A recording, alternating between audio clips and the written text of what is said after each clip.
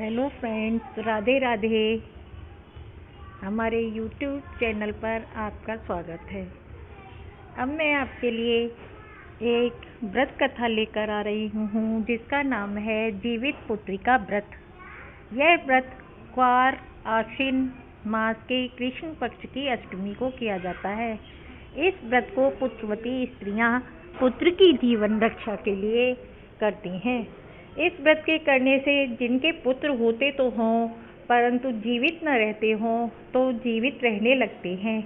साथ ही मृतावस्था बच्चों का मरण दोष दूर हो जाता है। स्त्रियां इस व्रत को निर्जल रहकर करती हैं। कथा इस प्रकार है। एक समय की बात है जब भगवान कृष्ण द्वारिकापुरी में निवास करते थे। उस समय एक ब्राह्मण भी द्वारिका में रहता था। उसके 7 पुत्र काल के गाल में बचपन में ही जा चुके थे। इस दशा को देखकर वह ब्राह्मण बहुत दुखी था।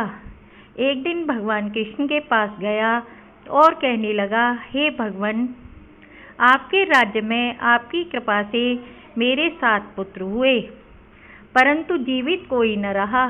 क्या कारण है? यदि आप अपने राज्य में दुखी देखना नहीं चाहते तो कोई उपाय बताइए। तब भगवान बोले, हे ब्राह्मण, सुनो, इस बार तुम्हारे जो पुत्र होगा उसकी उम्र 3 वर्ष की है। उसकी उम्र बढ़ाने के लिए तुम भगवान सूर्य नारायण की पूजा होने वाले पुत्र जीवी व्रत को धारण करो। तुम्हारे पुत्र की आयु बढ़ेगी। ब्राह्मण ने वैसा ही किया। जब वह सब परिवार हाथ जोड़ और खड़े होकर इस प्रकार विनती कर ही रहा था कि सूर्य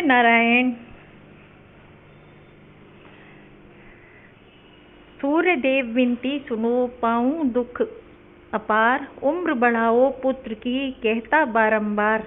इतना सुनते ही सूर्य का रथ वहीं रुक गया। ब्राह्मण की विनती से प्रसन्न होकर सूर्य ने अपने गले से एक माला ब्राह्मण पुत्र के गले में डाल दी और आगे चले गए। थोड़ी ही देर में यमराज उस ब्राह्मण के पुत्र के प्राण लेने के लिए आए। यमराज को देखकर ब्राह्मण और ब्राह्मणी कृष्ण जी को झूठा कहने लगे। भगवान कृष्ण अपना अनादर जानकर तुरंत सुदर्शन चक्र लेकर आ गए और बोले, इस माला को यमराज के ऊपर डाल दो। इतना कहते ही ब्राह्मण उस माला को उठाने लगा कि यमराज डर कर भाग गए, परंतु वहां यमराज की छाया खड़ी रही। उस फूल की माला को छाया के ऊपर फेंक दी, जिसके फलस्वरूप वह छाया शनि के रूप में आकर भगवान कृष्ण की प्रार्थना करने लगी। भगवान कृष्ण को शनि के ऊपर दया आ गई और उसे पीपल के वृक्ष पर रहने के लिए कहा। तब से शनि की छाया पीपल के वृक्ष पर निवास करने लगी। इस प्रकार भगवान कृष्ण ने उस ब्राह्मण के पुत्र की उम्र बढ़ा दी। हे भगवान, जिस तरह उस ब्राह्मण के पुत्र की उम्र बढ़ाई उसी तरह सबकी उम्र बढ़ाना। हरि ओम नमो नारायण।